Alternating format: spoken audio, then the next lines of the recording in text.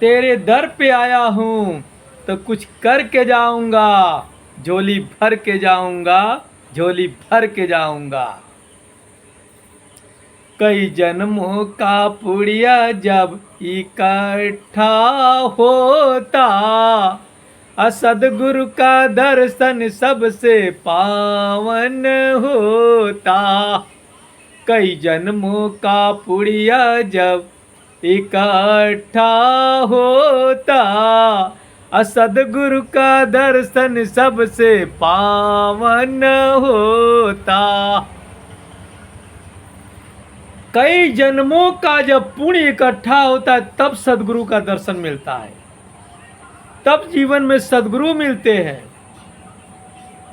कहते हैं मानव का जन्म पाने के लिए भाग्य की आवश्यकता होती है, लेकिन सदगुरु बनाने के लिए सौभाग्य की आवश्यकता होती है।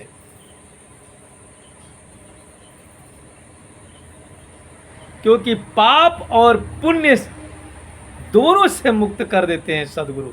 निष्काम भक्ति सिखलाते हैं सदगुरु।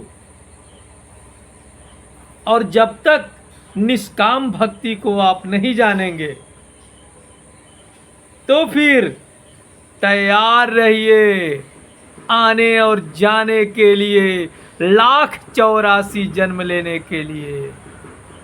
निष्काम भक्ति बहुत जरूरी है और यह सदगुरु बताते हैं। याद रखिएगा, तेरा किया तेरे साथ जाएगा। कहते हैं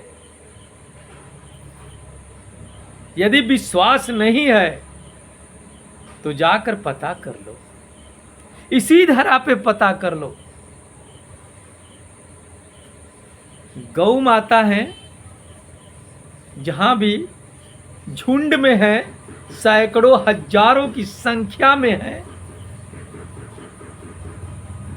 बछड़े भी होंगे। अब बछड़ा को यदि छोड़ दिया जाए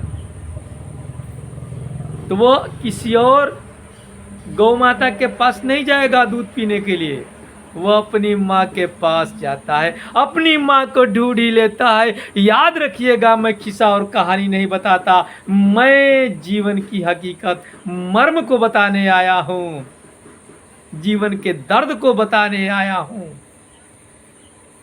कर्मकर्ता को ढूंढ ही लेता है। जिस प्रकार छोटा सा नन्हा सा बछड़ा अपने माँ को ढूंढ लेता है, उसी प्रकार तेरा किया हुआ कर्म तुझे ढूंढ लेगा।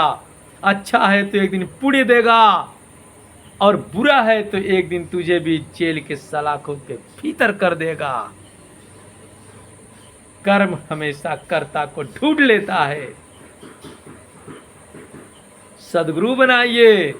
सदगुरु मिल गए, सच्चे सदगुरु, सच्चा सदगुरु बनाइए। वह तो आपको परख करना है। जब तक आएंगे नहीं, जाएंगे नहीं, तब तक कैसे जानेंगे कि आपके जीवन में सच्चा सदगुरु मिलेगा। सत्संग करिए, प्रवचन को सुनिए और तत्काल फैसला मत लीजिए, इंतजार करिए, परख करिए। क्योंकि कई जन्मों के बाद मानव का तन मिला है, उसे यूं ही बर्बाद मत करिए। सर्च करिए, सदगुरु बनाइए, तभी आवागमन से मुक्ति होगा।